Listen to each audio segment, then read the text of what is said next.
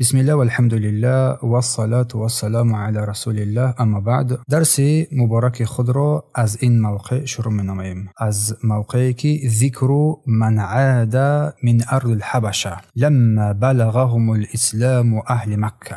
ذکر یادآوری در بیان آنهایی که از سرزمین حبشه برگشتند. به خاطر چی برگشتند؟ کسانی هجرت کرده بودند، چون شنیدند که مردم مکه اسلام آوردند. هنگام شنیدن که مردم مکه اسلام آوردند، آنها از آن سرزمین برگشتند. در اینجا شروع می‌نماییم. از اینجا شروع می‌نماییم. می‌فرماید قال ابن اسحاق می‌فرماید که بلغ اصحاب رسول الله صلی الله علیه و سلم الذين خرجوا الى ارض حبشه اسلام اهل مکه. هنگامی که با صحابگان کرام، آن صحابگانی که ما درس گذشته در مورد هجرت آنها صحبت کرده بودیم، بر حبشه رفته بودند و قسمتی از آنها را نام گرفته بودیم که در سرزمین حبشه زندگی می‌کردند. از جمله آنها ام سلمه اتیوپیا هجرت کرده بودند. بر آنها خبر رسید که اهل مکه اسلام آورده است. یعنی یک خوشخبری بر گوش آنها رسید، اهل مکه اسلام آورده است. پس آنها از آنجا برگشتند با امید اینکه خبر درست است. اما وقتی که نزدیک به مکه رسیدند، هنگامی که به مکه نزدیک شدند، این هنگامی که خبر به آنها رسید و آنچه که در حبشه، در دیار حبشه قرار داشتند و شنیده بودند، یعنی از اسلام آوردن اهل مکه، این خبر نادرست بوده است، خبری بر دروغ بوده است. این هنگام وقتی که این خبر بر گوش آنها رسید، هیچ یکی آنها به مکه وارد نشد مگر اینکه با پناهی پنهانی، یا که کسی از اهل مکه او را در پناهی خود بگیرد. به این طریق آنها داخل مکه شدند و شماره آنهایی که به سرزمین حبشه از مکه هجرت کرده بودند 33 نفر بود. به مکه برگشته بودند 33 نفر از مردان. سپس حدیث نقضی الصحیفه، وقتی که این صحابگان کرام بر این مکه مکرم برمیگردند، در این جو با مکه داخل نشده، هنگامی که این خبر رو میفهمند که اصلا اینها اسلام نآورده بودند اهل مکه، به همین خاطر یا که پنهان داخل کعبه میشوند، مکه میشوند، یا اینکه کسی را در محافظت خود میگیرند تا که آنها را از آنها دفاع نماید. سپس قصه دیگری که در اینجا ذکر مینماید، حادثه شکستن صحیفه چگونه که در دست گذشته ما بیان کرده بودیم، آن سندی که قریشیان با همدیگر بسته بودند در بیان محاصره نمودن بنی هاشم، که تقریبا 2 سال زیاد آنها زیر محاصره قرار گرفته بودند، از 2 سال هم زیادتر، که کسی بر آنها نه طعام نه شراب چیزی نمیداد، در سختی ها، در دشواری ها قرار گرفته بودند. می‌فرماید که ابن اسحاق قام فی نقض ذلك الصحیفه التي تکابت فيها قریش علی بنی هاشم و بنی مطلب. ابن اسحاق میگوید که گروه از قریش برای برهم زدن آن سندی، آن کاغذی که در آن قریشیان عهد بسته بودند. چی عهد بود؟ تا با بنی هاشم و بنی مطلب قطعا رابطه را قطع کنند، هیچ رابطه با آنها نپیوندند و آنها را مورد محاصره قرار دادند. در این میان هیچ یک مثل هاشم ابن عمرو در آن کار بهتر و نیکوتر عمل نکرد. یعنی که هنگامی که پیامبر الله صلی الله علیه و سلم با همراهی صحابگان کرام مورد محاصره قرار گرفتن از مسلمان ها، این بنی هاشم و بنی مطلب، که حتی با آنها نه ازدواج میکردند نه با آنها چیزی میفروختند، تا آن درجه گرسنگی و قحطی بر بالای سر آنها رسید که حتی از زمین پوست درختان و آن پوست هایی که از زمین میافتند آنها را در آب گرم کرده، سپس آنها را تناول میکردند. چوب های درخت از زمین را، هر چیزی که میافتند، بر آنها دشوار شد. سختی های خیلی شدیدی بر بالای سر صحابگان کرام و رسول الله آمد، در حالی که در این محاصره حتی بابای پیامبر صلی الله علیه و سلم اشتراک میکرد، در آنجا قرار داشت. و در این میان میفرماید ابن هشام که هیچ نفری مثل هشام ابن عمرو در آن کارهای بهتر و نیکوتر را اجرا نکرد. و این هاشم ابن عمرو باشد پسر خواهر نضل ابن هاشم ابن عبدالمناف بود. به خاطر همین از طرف مادریش با بنی هاشم رابطه خویشتباری داشت، با آنها رابطه و محبت هم داشت. اما این هاشم ابن عمرو در قوم خود از شخصان آبرومند بود و نفوذ بلندی هم داشت. این مرد داشت. همینطور به گونه‌ای که در روایت ذکر می شود، او شبانه با شتوری که آن شتور پر از طعام بود، پر از خوراک بود، آن را پر از خوراک و طعام کرد به سوی همون وادی شعبی از بنی هاشم و بنی مطلب که در آنجا محاصره بودند به آنجا می آورد برای کمک آنها، چون همه رابطه قطع بود. وقتی که به درآمدگاه همین وادی میرسید همون لجام شتر رو میگرفت و شتر رو سر میداد و شتر رو یک میزد و سر میداد شتر رو تا که شتر روانه شود به نزد این بنی هاشم و بنی مطلب که در آنجا آنها محاصره کرده شده بودند غذا روان میکرد به آنها و بار دیگر با شتری که در آن پر از گندم بود پر از گندم کرده بود می آمد و همان عمل را هم تکرار اجرا میکرد. وقتی به همین وادی میرسید و لجام شتر را سر میداد و میزدش تا که برود، یعنی که پنهانی این کار را انجام میداد. قال ابن اسحاق میفرماید که ثم انه مشى الى زهير ابن ابي اميه وكانت امه عتيكه بنت عبد المطلب. قال ابن اسحاق میگوید که بعد او نزد زهير ابن ابو امیه رفت، نزد زهير ابن ابو امیه همین هاشم ابن عبد المناف، نزد زهير ابن امیه رفت و مادر زهير عتيكه بنت عبدالمطلب بود، یعنی که عمه رسول الله صلی الله علیه و سلم بود، مادر زهير.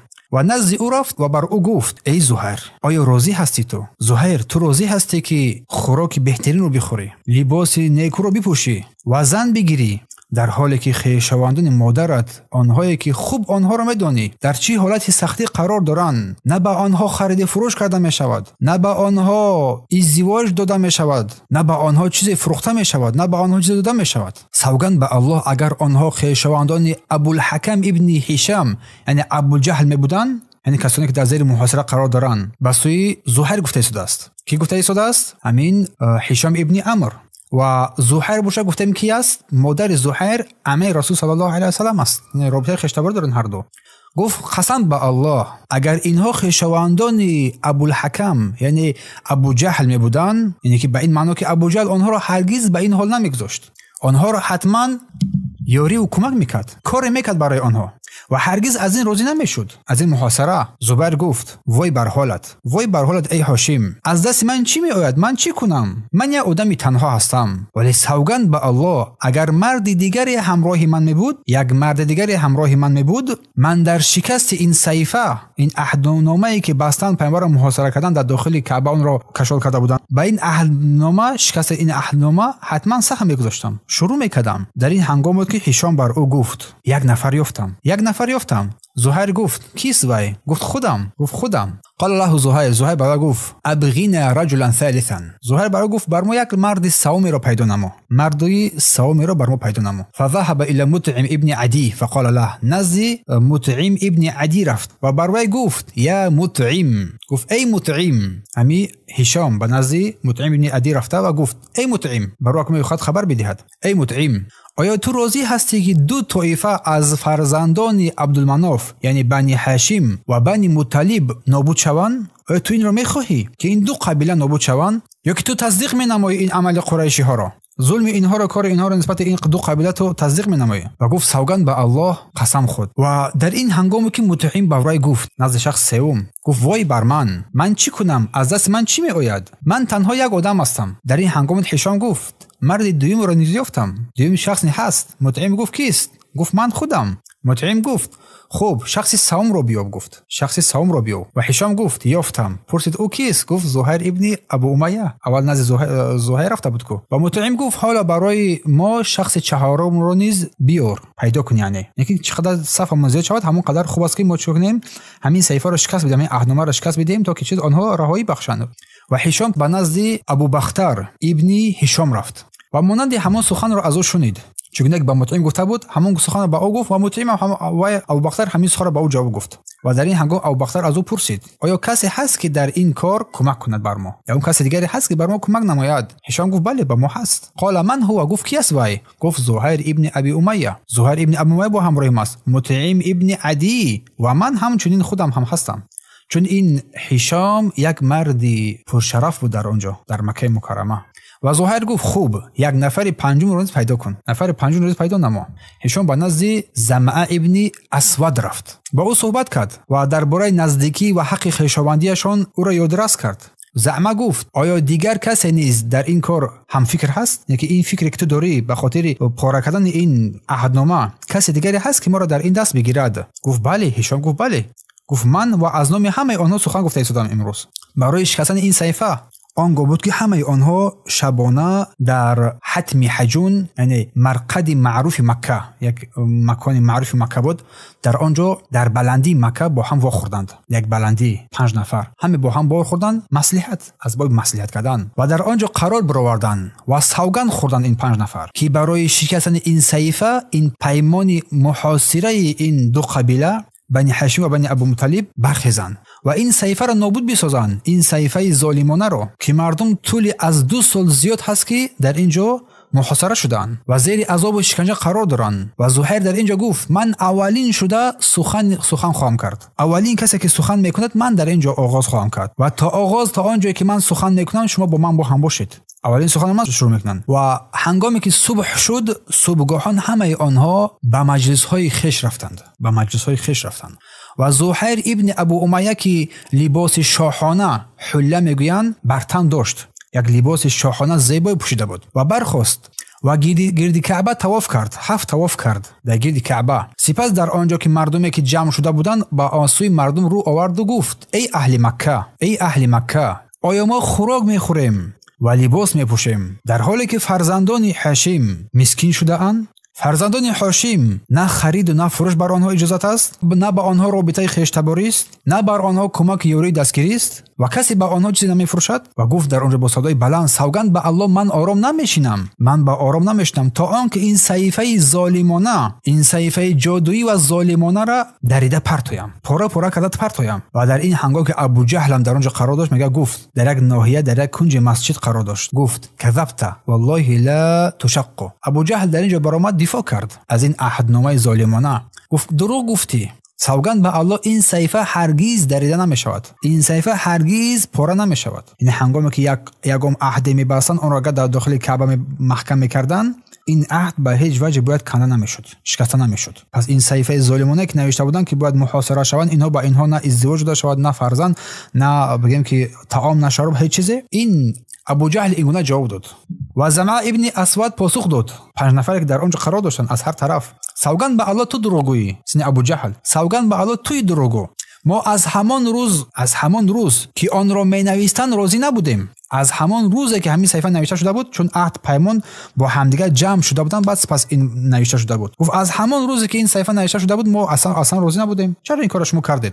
از دیگر پهلو ابو بختری صدا برآورد، گفت زمعه راست گفت، من با آنچه که در این عهدنامه بسته شده است باید این نابود کرده شود، راضی نیستیم، این عهدنامه را نمیپذیریم، قبول نمیکنیم، این عهدنامه ظالمانه است. از طرف دیگر مطعم ابن عدی سخن برآورد، گفت درست میگویند اینها، هر که از هر طرف صدا برآورد گفت این ظالمانه است، این عهد ظالمانه است، اینا دروغ میگویند و این پیمانی که چونک در این پیمان هست که ثبت شده بود ما بزاریم از این پیمان، از این عهد کردگی. و هشام ابن عمرو نیز مانند اینها را سخن گفت همگی. آنگاه ابو جهل در سخن درآمد و گفت این یک کار شبانه است، یعنی که این یک چیز است، یک مصلحتی است، مصلحتی شما کردگین، یعنی که این در جای دیگر مصلحت شده است، این کاری که شده است سازی، این در جای دیگر مصلحت شدگی برپا شده است، یعنی که حس کرد. و در همین حال ابو طالب در یک گوشه مسجد نیز نشسته بود. مطعم ابن عدی برخاست تا صحیفه همون پیمان ظالمانه را بخواهد و بگیرد او را پاره کند. این را خواست انجام بدهد. وقتی که در را کشودن کارد را گرفت، در داخل کعبه بود و خواست که این پیمان، این عهد ظالمانه را پاره کنند. دیدن که حشرات ها این را مثل آرد کردن، همش خوردن، پورا خوردن این عهد را. در این هنگام که همه در دهشت افتاد، این عهد الکی که پاره شده است، بجز تنها یک جمله بسمک اللهم، یعنی به نام الله، به نام تو ای الله، تنها این یک کلمه باقی مانده است. تمام صحیفه ظالمانه چیز خوردن نابود شده است، مثل آردواری قرار داشته است. و در اینجا بود که این عهدنامه وقتی با همه پیمانش آشکار شد، با فضل و کرم الله سبحانه و تعالی و سبب کوشش تلاش این هشام، آنها از این محاصره آزاد شدند. عهد پیمان بستن به معنای پیمان بستن می آید. و فضل کرم الله سبحانه و تعالی در این هنگام، رحمت الله سبحانه و تعالی بر بالای این مؤمنان رسید. آنها از این ظلم و ستم و از این تشنگی و گرسنگی آزاد شدند. سپس بعد این آزادی ذکر اسراء و معراج شروع می شود. قسمت بعدی از این سیرت نیکوی پیامبر صلی الله علیه و سلم در بیان ذکر اسراء و معراج. ذکر اسراء و معراج اینه که سفر شبانه پیامبر صلی الله علیه و سلم. قال ابن هشام از محمد ابن اسحاق مطلبی میگوید قال ثم اسری برسول الله صلی الله علیه و سلم من مسجد الحرام الى مسجد الاقصی. میفرماید که سپس رسول الله صلی الله علیه و سلم از مسجد الحرام، یعنی که از مکه مکرمه تا مسجد الاقصی. مسجد الاقصی در بیت المقدس در شهر ایلا یعنی شهر قدس جایگیر است. با قدرت الله سبحانه و تعالی سفر شبانه اسراء شروع شد، اسراء کرد. در آن وقت اسلام در مکه میان قریش و نواحی های قریش پهن شده بود، یعنی که اطرافیان قریش اسلام علیه پهن شده بود. قال ابن اسحاق میگوید کان فی مسراه و ما ذکر عنه بلاء و تمحیص و امر من امر الله تعالی فی قدرته و سلطانه. ابن اسحاق این هنگام میگوید که این سفر اول اسراء بود، بعد معراج شد. اول اسراء نام داشت، یعنی که اسراء از مکه مکرمه بر بیت المقدس بر قدس رفتن، این رو اسراء میگویند. میگه هنگامی که این سفر که اسراء بعداً معراج نام داشت، یک امتحان بزرگ و پاکسازی بود که از جانب الله سبحانه و تعالی، از جانب الله قادر برای پیامبرش فراهم گردیده بود. و این اسراء و معراج رسول الله صلی الله علیه و سلم تا باشد عبرت برای صاحب عقلان و رحمت و اسطوره برای مؤمنان بگردد. ان همین اسراء و معراج رسول صلی الله علیه و سلم و آنهایی که به الله سبحانه و تعالی ایمان آورده بودند و به رسول الله صلی الله علیه و سلم ایمان آورده بودند میدونند که این کار الله سبحانه و تعالی یک کار و قدرت و پادشاهی او سبحانه و تعالی را بیانگر است. الله سبحانه و تعالی او صلی الله علیه و سلم را چنان که خواست شبانه برد تا آیت و نشانه های خود را بر او صلی الله علیه و سلم نشان بدهد، قدرت عظمت خود را، و همچنین بر مردم. و او سبحانه و تعالی نشانه ها و عظمت و قدرت خود را بر رسول الله صلی الله علیه و سلم و پیامبرش و مردم نشان داد. از نشانه بزرگی و قدرت و شاهدی الله سبحانه و تعالی، چیزهایی که با توان الله سبحانه و تعالی، با قدرت او سبحانه و تعالی بر این پیامبر عظیم و شان در این شب اسراء و معراج نشان داده شد. قال ابن اسحاق میفرماید که حدیث عن حسن انه قال رسول صلی الله علیه و سلم بینما انا نائم فی الحجر اذ جاءني جبریل. ابن اسحاق میگوید که از حسن روایت شده است که گفت رسول الله صلی الله علیه و سلم فرمود در حالی که من در حجر، یعنی که در جای در نزد کعبه خوابیده بودم، رسول الله صلی الله علیه و سلم جبرائیل علیه السلام در این هنگام نزد من آمد و جبرائیل علیه السلام با پایش بر من یک ضربه زد بر رسول الله صلی الله علیه و سلم. در این هنگام من نشستم ولی چیزی رو ندیدم و سپس خواب رفتم. بار دیگر خواب رفتم. بار دوم آمد و باز با پایش مرا بیدار کرد و نشستم در جایم ولی باز چیزی رو هم ندیدم. آنگاه میگه باز خواب رفتم صلی الله علیه و سلم و سومین بار باز با پایش به من اشاره کرد. من نشستم، پس او دست ما را گرفت جبرائیل علیه السلام و از جایم برخیزاند. از جایم خستم و مرا تا در نزد مسجد، یعنی مسجد الحرام برد. جبرائیل علیه السلام رسول صلی الله علیه و سلم را.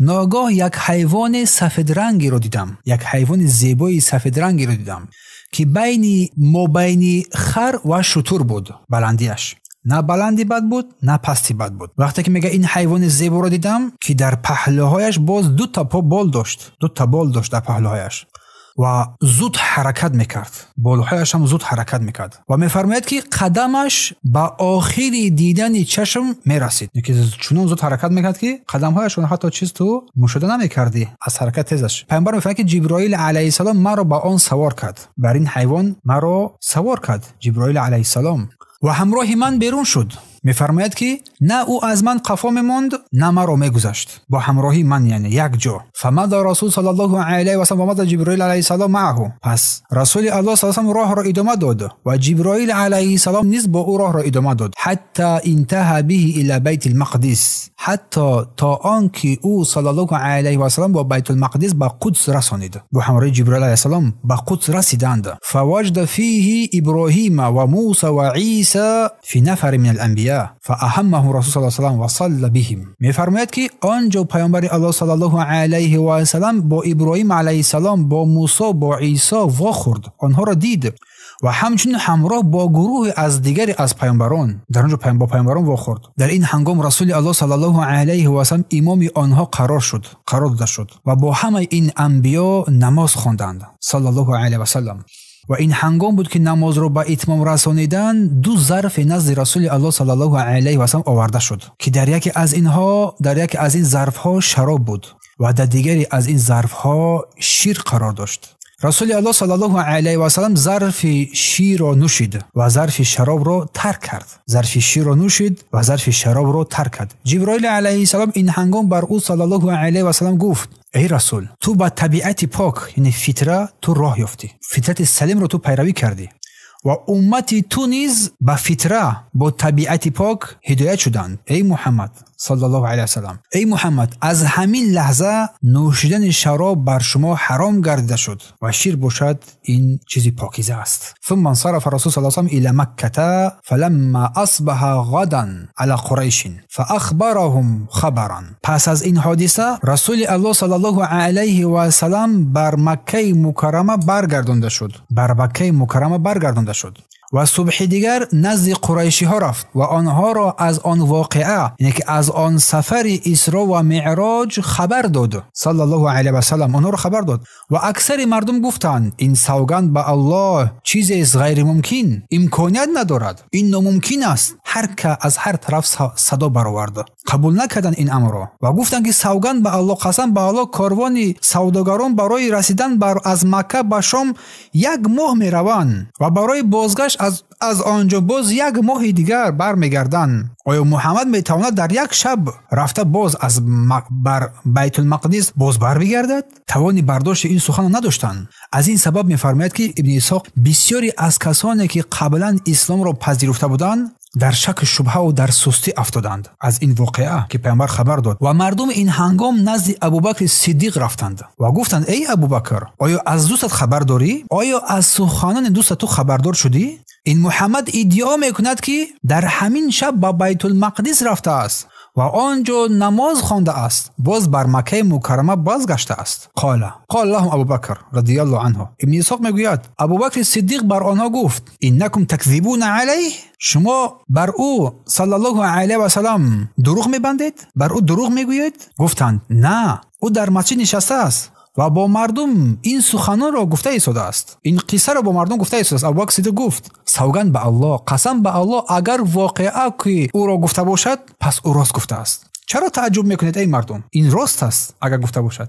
سوگند به الله، او به من خبر میدهد که پیام از جانب الله است، از آسمان به زمین این خبرها میرسد، این وحی الهی میرسد که در 1 لحظه شب به نزد او میآید و من او را تصدیق میکنم. ابوبکر گفته است از آسمان که به زمین در 1 شب میفراید و باز بگردد، من او را تصدیق میکنم. یعنی این چیز، این به بیت المقدس رفتن آمدن، این میگم که آسان تر است. و فرمود ابوبکر: پس این چیز، سفر شبانه به بیت المقدس، باز هم آسان تر است از آن چیزی که شما تعجب میکنید، پس تعجب نکنید. و سپس ابوبکر صدیق رضی الله عنه به سوی رسول الله صلی الله علیه و سلم رفت و گفت: ای رسول الله، آیا واقعا به این مردم گفتی آنچه که گفتی، شب از مکه به بیت المقدس رفتی و برگشتی؟ پیامبر الله گفت: بله گفت صلی الله علیه و سلم. ابوبکر صدیق گفت: ای رسول الله، پس برای من آن را توضیح کن، توصیف کن، وصف کن، این چگونه تو رفتی؟ زیرا من این سرزمین شام را، این بیت المقدس را دیدم. قال: یا نبی الله وصفه لی فانی قد جئته. گفت: ای رسول الله،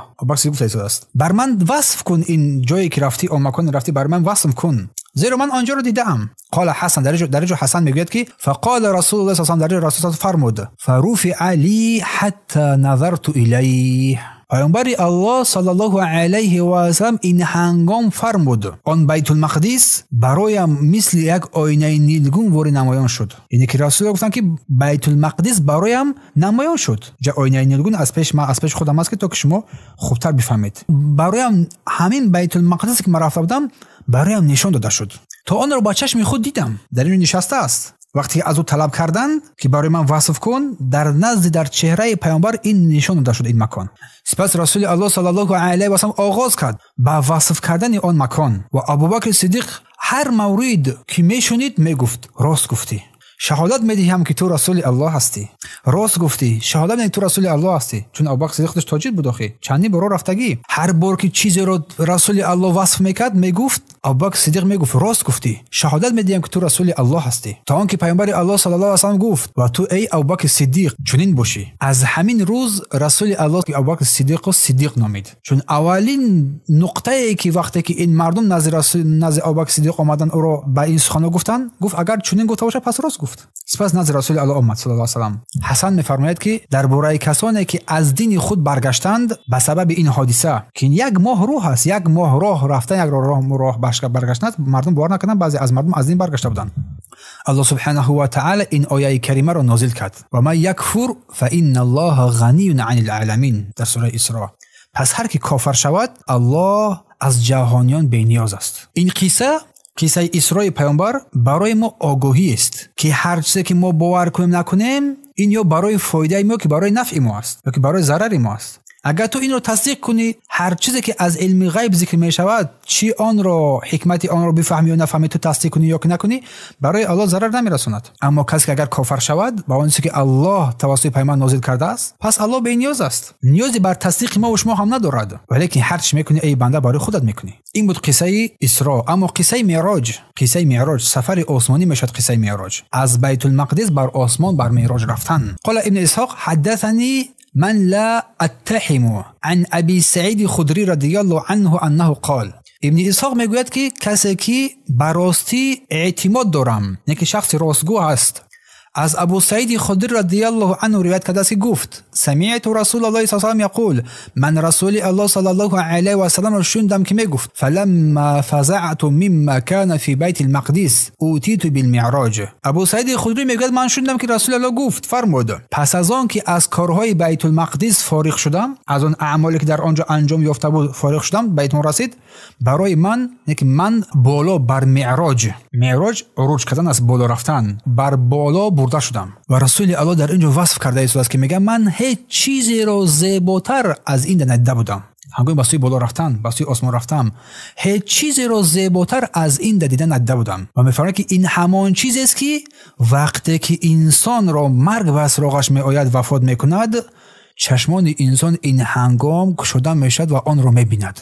الله سبحانه و تعالی خاتمه ما را به خیر بیارد. و میفرماید که رسول الله صلی الله علیه و آله جبرائیل من را به آن براق نشاند، شیناند و بالا برد تا آن جایی رسیدیم که یک دری عظیمی از درهای آسمان رسیدیم که آن را باب الحفظه، باب در حفظه نام دارد. حفظ یعنی از حفظ، که در آنجا یک فرشته بزرگی بود که را اسماعیل می نامند، که در زیر این فرشته 12,000 فرشته دیگری بود. در زیر این فرشته فرمانده بود، این فرشته در زیر او سربازان او، سرلشکران او 12 فرشته دیگری هم بود. و ابن اسحاق میگوید که و هر کدام از اینها باز 12,000 فرشته دیگر را زیر خود داشتند. هر کدام از آن باز 12,000 فرشته دیگر را زیر خود داشتند. و پیامبر الله صلی الله علیه و سلم هنگام نقل این حادثه گفت که سوره مدثر را خواند، اینها لاحد الکبر، گفت صلی الله علیه و سلم حقا در حقیقت این سفر آسمانی یکی از واقعه های بزرگی بود. صلی الله علیه و سلم این آیه را خواند.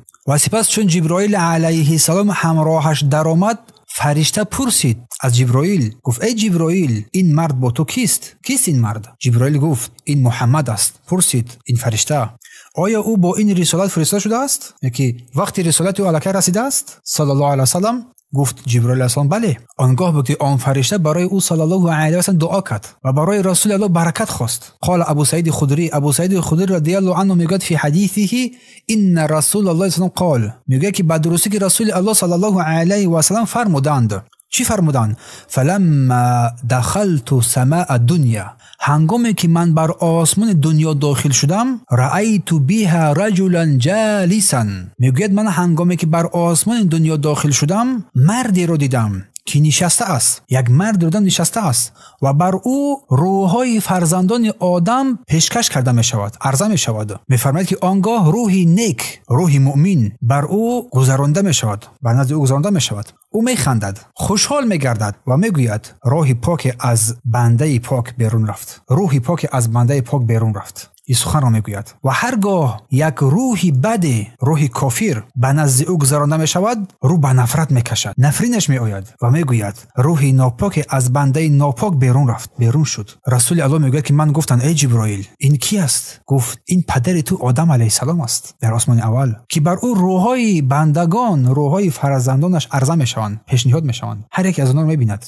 اگر روح مؤمن به نزد او گذرد شاد میگردد و میگوید روحی پاک از بنده پاک بیرون رفت. ولی اگر روحی کافر بر او گذشته شود به نزد او بگذرد میگوید که روحی ناپاک میگذرد، اندوهگین میشود، زیغ میگردد و میگوید که روحی بد از بندگان ناپاک بیرون رفت. قال صلی الله علیه و سپس رسول الله گفت ثم رأیت رجالا شفاهم مشافرهم. میگه سپس رسول الله میگه من آدمایی رو دیدم، سپس من مردمی رو دیدم، شفاهم یعنی که لبهای آنها، مشافرهم کمشافر الابل که لبهای آنها مثل لبهای شتر بود. مردمی رو دیدم که لبهای آنها مثل لبهای شتر بود. فی ایدیهم قطع من النار و در دستانشان باشد، در دستای آنها پاره‌های آتش سوزان بود، در دستاشون پاره‌های آتش سوزان بود، مثل پاره‌های سنگ‌های سخت است که انگیش سنگوری آتش در دست آنها بود. میگه در این هنگام من اینها را دیدم رسول الله صلی الله علیه و اینها همین سنگ‌های آتشین رو در دهان‌های خود می‌انداختند، این سنگ‌های آتشین رو فرو می‌بردند. هنگام این سنگ‌های آتشین رو فرو می‌بردند از پشت آنها می‌غلتید، یعنی که آنها را پاره کرده از پشت آنها می‌غلتید این سنگ. گفتم ای جبرائیل اینها کیها هستند؟ اینها کیها هستند؟ گفت اینها آنهایی هستند که مال یتیمان رو به ظلم می‌خوردند در این دنیا. اینا آن کسانی هستند که مال یتیمان رو نمی‌خوردند. این هشدار بر آن کسانی که در خانه‌های خود یتیم دارند ولی مال آنها را به غیر حق می‌خورند. هشدار باشند. قال رسول الله صلی الله علیه و سلم رسول الله گفت ثم رأیت رجالا حمم بطونهم لم ارى مثلهما قط. سپس رسول الله صلی الله علیه و سلم فرمود پس من مردانی را دیدم که شکم‌هایشان بیش از حد بزرگ است، شکم‌های کلان دارند و آویزان شده هستند، کشال کرده شده هستند. می‌فرماید رسول الله من مانند آنها هیچ چیزی را، هیچ کسی را ندیده بودم و آنها در راه جهنم در نزد آل فرعون بودند، با همراه فرعون و آل فرعون. می‌فرماید هرگاه مردم فرعون بر آتش آورده می‌شدند مانند یک شتری که تشنه و ضعیف است، گرسنه است، تشنه است، از بالای آن مردم می‌گذشتند که در حالی که پایش بر آن می‌افتاد، ولی آن مردان قدرتی بیرون شدن از آن جای را دیگه نداشتند. وقتی می‌افتیدن بر اینجا دیگه نمی‌توانستند بیارویند، توانی برآمدن را از اینجا دیگه نداشتند. قال قلت من هؤلاء یا جبرائیل. گفتم ای جبرائیل اینها کیها هستند؟ قال هؤلاء آکلة الربا. جبرائیل علیه السلام در پاسخ رسول الله گفتند که اینها آن کسانی هستند که در این دنیا رباخوری میکنند، سودخوری میکردند. احوال سودخوران در جهنم، صحرای جهنم با آل فرعون، با این سرسخت‌ترین دشمن الله سبحانه و تعالی، با شکم‌های پر از آتش در آنجا قرار دارند. رسول الله گفت فرمود ثم رأیت رجالا بین ایدیهم لحم سمین طیب و الی جنبه لحم غث. می‌فرماید رسول الله سپس مردانی را دیدم که در پیش آنها گوشت‌های با لذت تازه ماندگی بود، در نزد آنها گوشت‌های تازه و با لذت مانده بود، ولی در پهلوی آنها گوشت‌های ناپاک و بدبویی بود. آنها گوشت‌های بدبویی را می‌خوردند و گوشت‌های پاک را ترک می‌کردند. از فعل اینها، از رفتار اینها، کردار اینها من در حیرت ماندم. پرسیدم ای جبرائیل اینها کیها هستند؟ خوب گوش بدهید. اینها کیها هستند؟ گفت رسول الله گفت اینها آن مردانی هستند که زنان حلال و پاکیزه خود را دارند، زنان حلال و پاکیزه خود را دارند ولی با زنان حرام هم آموزش میکنند، زنا میکنند. زن دارند در حالی که با زنهای دیگر باز علاقه های حرام دارند، با آنها زنا میکنند، دست میزنند آنها را. پس این حالت این گونه مردان است در روز قیامت. رسول الله گفت سپس زنانی را دیدم، خواهران آگاه باشید، سپس زنانی را دیدم که از سینه های خود آویزان کرده شده هستند، کشاله شدگی هستند. گفتم ای جبرائیل اینها کیها هستند؟ اینا کیها؟ اینا چگونه زن هستند که این گونه عذاب بر بالای اینهاست؟ جبرائیل علیه السلام گفت اینها زنانی اند که با مردانشان بر خانه مردانشان فرزندانی غیر حق را میآورند، یعنی فرزندانی را خانه های خود میآورند که مالک شوهرشان نیست. یعنی زنانی هستند که شوهر دارند ولیکن دستی به زنا میزنند، از زنا فرزندان دیگران را به دنیا میآورند در حالی که شوهر دارند. چه عذاب دهشتناک است. پناه به سوی الله. ثم قال سپس رسول الله صلی الله علیه و سلم گفت ثم اصعدنی الى السماء الثانیه. سپس جبرائیل علیه السلام مرا به آسمان دوم بالا برد که در آسمان دوم دو فرزند خاله عیسی ابن مریم و یحیی ابن زکریا را دیدم که بچه خاله بودند. سپس گفت پس مرا به آسمان سوم بالا برد. در آنجا مردم را دیدم که رویش مثل ماه 14 روشن است. چون ماه در 14 روزگیش روشن است. همین گونه من پرسیدم ای جبرائیل این کیست؟ این مرد کیست که این قدر چهره منور دارد؟ جبرائیل علیه السلام این هنگام بر رسول الله جواب داد و گفت این برادر یوسف ابن یعقوب علیه السلام است. سپس گفت مرا به آسمان چهارم بلند کرد. در آنجا مردی را دیدم و پرسیدم که این کیست؟ گفت این ادریس علیه السلام است. رسول الله صلی الله علیه و سلم گفت و این آیت را خواند، این آیه کریمه را خواند و رفعناه مکانا علیا، ما او را به جایگاه بلند برداشتیم، مقام بلندی بر او دادیم. و بعداً گفت، پیامبر میگوید مرا به آسمان پنجم بالا برد. در آنجا با مرد واخوردم، یک مرد سال خورده، یک مرد سفید روی و سفید ریش را دیدم که چشمان کلان داشت و نورانی بود که مثل این ندیده بودم. کسی را مثل این مرد زیبا در پیری ندیده بودم، زیباتر از این کسی دیگر را نخورده بودم.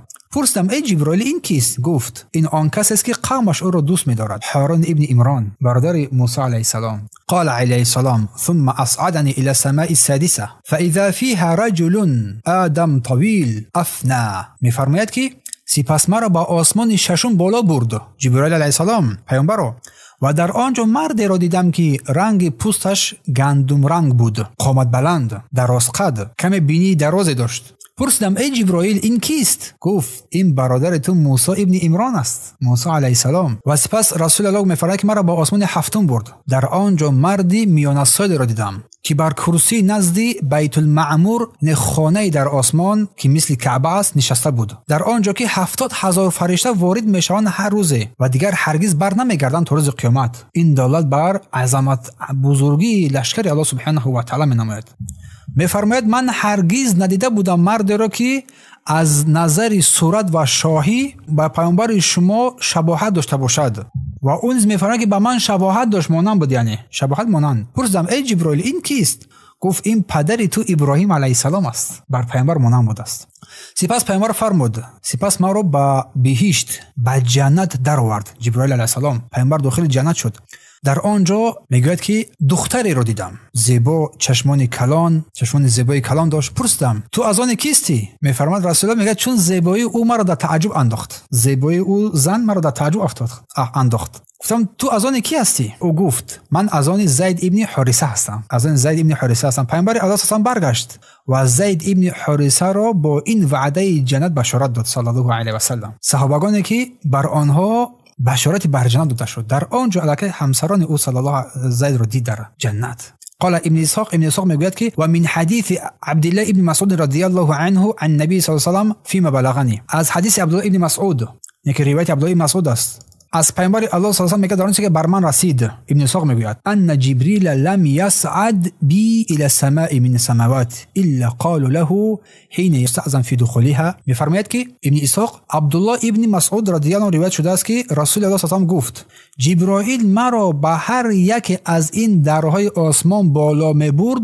هر باری که ما بر این درها میرسیدیم، وارد میشدیم، فرشتگان آن آسمان میپرسیدند جبرائیل همراه تو کیست؟ کیست همراه تو؟ میگفت محمد. میگفتند آیا او با رسالت برانگیخته شده است؟ یعنی مبعوث به پیامبر شده است؟ میگفت بله. آنگاه میگفتند مرحبا و خوش آمدی. پیشواز میگفتند رسول صلی الله علیه و سلم را مرحبا و خوش آمدی به این برادر نیک و همسفر شایسته ماست، همسفر شایسته نیک. و همین گونه رسول الله ادامه یافت تا رسید با آسمان هفتم و در آنجا با حضور پروردگار خود رسید. و در اینجا الله سبحانه و تعالی بر او صلی الله علیه و سلم و بر امتش 50 نماز در یک شبانه روز فرض قرار داد. رسول الله بازگشت و پایان آمد. وقتی که به موسی ابن عمران رسید پرسیدم و چی همسفر خوب است او برای شما؟ گفت پرسید چند نماز بر تو فرض شده است؟ چند نماز بر تو فرض شده است؟ گفتم 50 نماز در یک شبانه روز برای من فرض شد. و موسی گفت نماز امر سنگینی است و امتی تو ضعیف هستند. به نزد پروردگارت بازگرد و بخواه از او بپرس که از تو از امتت این رو سبکتر بسازد. پس من برگشتم و از پروردگارم خواستم که آن رو سبکتر گرداند. الله میگوید 10 تای آن رو گرفت، کم کرد. من باز برگشتم به نزد موسی. هنگامی که با موسی واخوتم باز از من پرسید و همان سخن را گفت. من باز گفتم و باز 10 برگشتم به نزد پروردگار و از پروردگار خواستم باز 10 حرکت 10 وقت دیگر کم شد.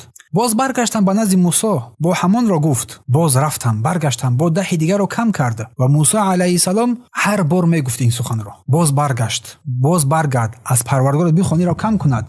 من این را بر امتم تجربه کردم، امتم توانی برداشت این را نداشت تا آن دمی که نماز بر 5 وقت رسید. 5 وقتی که ما امروز ادا میکنیم. رسول الله فرمود سپس باز نزد موسی برگشتم. این هنگام موسی علیه السلام باز همان سخنش رو تکرار کرد. من گفتم من چند بار نزد پروردگارم رفتم و از او خواهش کردم، از الله سبحانه و تعالی، تا جایی که دیگر شرم دارم از این کمتر شود، حیا میکنم، من دیگر بر نمیگردم. و هر کی از امت من این 5 نماز را با ایمان و احساس مسئولیت انجام بدهد، الله پاداش 50 نماز را به او ادا میکند. رسول الله این را ذکر کردن صلی الله علیه و سلم. وقتی که برگشتن رسول الله صلی الله علیه و سلم از آسمان، در آنجا ندایی را شنیدن که اگر که از امتی تو هر کسی که این 5 وقت نماز را در وقتش ادا نماید، با تمام کمالش به درستی ثواب و ثمره این 50 وقت نماز در نام اعمال وی کتابت میگردد. پس ببینید که برادران و خواهران گرامی که اولین فریضه الهی این چه بوده است؟ این نماز بوده است. پس در نماز تنقیسی نکنید، چون نماز فرق بین کفر و شرک و اسلام است و الله به نماز را مشرک گفته است. اقیموا الصلاه، گفت الله، نماز را بر پای بدار، ولا تکونوا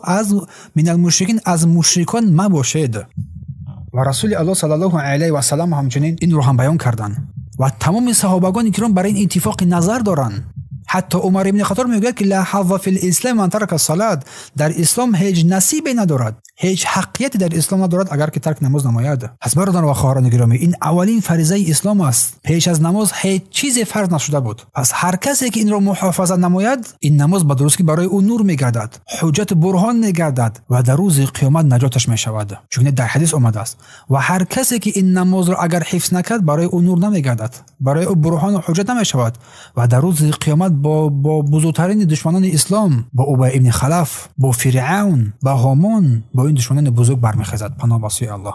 سپس کفایت الله امر المستهزئین، الله سبحانه و تعالی در مقابل این مسخره کنندگان که پیامبر را مورد مسخره قرار میدادند، از این امر معراج و اسراء، به درستی که الله سبحانه و تعالی بسنده است محافظ و حمایتگر او صلی الله علیه و سلم. قال ابن اسحاق میگوید که فاقام رسول الله صلی الله علیه و سلم علی امر الله تعالی صابرا محتسبا مؤدیا الی قومه نصیحته. میفرماید که رسول الله صلی الله علیه و سلم بر امر الله سبحانه و تعالی صبورانه و با سبب حمایت الله سبحانه و تعالی استوار ماند و قومش رو پیوسته نصیحت میکرد و آنها رو به حق به سوی حق میخواند، دعوت میکرد، هرچند که رسول الله صلی الله علیه و سلم را آزار و اذیت میدادند، بر او دروغگویی میکردند، او را دروغ میشمردند، مسخره میکردند. و از این بزرگان مسخره کنندگان 5 نفر بودند و این 5 نفری که همیشه رسول الله را مورد مسخره قرار میدادند و او را آزار میدادند، این 5 نفر از کسانی بودند که در سن و مقام بلند مرتبه بودند، مقام بالایی داشتند. اولین آنها اسود ابن مطلب که پیامبر الله صلی الله علیه و سلم چنان که در میفرماید ابن اسحاق به من روایت شده است، بر او دعا کرد، چون از همین اسود ابن مطلب بسیار آزار و اذیت دید. بر او دعا کرد و گفت ای الله، پروردگار چشمان این اسود را نابینا گردان و فرزندانش را از دستش بگیر. و سپس اسود ابن ابو یغوس، ولید ابن مغیره و عاص ابن وائل و حارث ابن طلاتله، وقتی که این سرکشان با بدی بدنامی پیامبر اصرار کردند، سرپیچی کردند و رسول الله را مورد مسخره و استهزاء قرار دادند، آزار و اذیت پیامبر زیاد شد، حتی اینکه آیات‌های در حق اینها نازل شد و الله فرمود انا کفیناک المستهزئین. ای رسول الله، ما از مکر و اذیت و آزار مسخره کنندگان بر تو بسنده هستیم. آزار و اذیت آنها را از تو باز می‌داریم. الذين يجعلون مع الله إلها آخر فسوف يعلمون. آن کسانی که معبودی دیگری همراه الله میخوانند، غیر الله را عبادت میکنند، عبادت در غیر الله صرف میکنند، فسوف يعلمون، زود است، به نزدیکی، در آینده نزدیک حقیقت را خواهند دانست. ولقد نعلم انك يضيق صدرك بما يقولون. ای پیامبر، به درستی براستی ما میبینیم و میدونیم که تو از آن چی که میگویند در حق تو دلتنگ میشوی، دلتنگ شده ای. از این مسخره کنندگان، از این تحقیر کنندگان، از لفظهای اینها دلت به درد آمده است، دلت به درد می آید. فسبح بحمد ربک و کن من الساجدین. ای پیامبر، هنگامی که این سختی ها را به پیش میاری، به درستی پروردگارت را با پاکی یاد کن، حمد و سپاس و ستایش پروردگارت را بگو هنگامی که غم و اندوه دلت رو فرا میگیرد و از جمله سجده کنندگان باش. این نقطه، این آیت آیه عظیم است برای هر برادر و خواهر گرامی. هنگامی که غم و اندوه دلت رو فرا میگیرد، پس ذکر یاد پروردگار را بکن. به درستی که ذکر یاد الله قلبت را آرامش میبخشد. میفهمیم هر کس زندگی تنگی دشواری های بر بالای سر انسان می آید. پس به این آیه کریمه عمل بکن، ان شاء الله که فراخی به سراغ تو می آید. ضیق و اندوه و غم و غصه از دلت برآورده می رود. حمد سپاس ستایش پروردگار را بگو و در دوام چی فرمود؟ و کن من الساجدین، و نماز بگذار، از جمله نمازگزاران باش. غم و اندوه خود را با ذکر یاد پروردگار و با نماز دور بساز. چگونه که رسول الله بر این آزار و شکنجه آنها قریب بود که تحمل ناپذیر شده بود، دلتنگ شده بود، دلش به درد آمده بود، ولی که الله چی گفت؟ فسبح بحمد ربک و کن من الساجدین. ای پیامبر، با پاکی پروردگارت را یاد کن هنگام این غم و اندوه، هنگام این درد و الم، و از جمله و زمره سجده کنندگان نمازگزاران باش. و فرمود واعبد ربک حتی یأتیک الیقین. ای پیامبر، پروردگارت را عبادت نما و دوامت کن در پرستش پروردگارت تا هنگامی که مرگ به سراغ تو بیاید. این نقطه اخیر، ما بندگان الله هستیم، باید به این آیه کریمه، آیه اخیرم عمل نماییم. در سختی ها به سوی پروردگار باز بگردیم با ذکر یاد الله، با نماز و این عبادت عظیم را، توحید الله سبحانه و تعالی را تا دم مرگ با خود داشته باشیم، تا آنکه مرگ به سراغ ما بیاید ما موحد و پایبند سنت او بودن بمیریم، از این دنیا بگذریم. بارک الله فیکم. الله سبحانه و تعالی غم و اندوه را از قلب‌های تمام مؤمنان برآورده بسازد و قلب‌های ما و شما را شاد بگرداند و ما و شما را از زمره و جمله خوشبخت‌ترین انسان‌ها قرار بدهد. در اینجا قصه بعدی که شروع می شود، ما این قصه را با درس دیگر میگذاریم. در اینجا وفات ابی طالب و خدیجه، یعنی از دنیا گذشتن ابی طالب و خدیجه، که هنگامی که این دو شخصیت از دنیا میگذرند، خدیجه رضی الله عنه با سخنان شیرینش، با مال و ثروت داراییش از پیامبر دفاع میکرد و ابی طالب باشد با آن مکان و آن عظمت و آن شجاعتی که داشت از رسول الله با تمام هستیش دفاع میکرد، حتی با مالش هم. در اینجا این دو شخصیت بزرگ هنگامی که وفات میکنند، سپس دشمنی قریش بر رسول الله صلی الله علیه و سلم باز شدت میگیرد، باز سخت‌تر میشود، که از اینجا درس دیگر با فضل و توفیق الله سبحانه و تعالی با همراهی شما خواهیم گرفت. سبحانك اللهم و بحمدک، اشهد ان لا اله الا انت، استغفرک و اتوب الیه. اگر یگان سوال باشد، مرحمت سوال خودتو بفرستید، با سوالها جواب میدهیم ان شاء الله.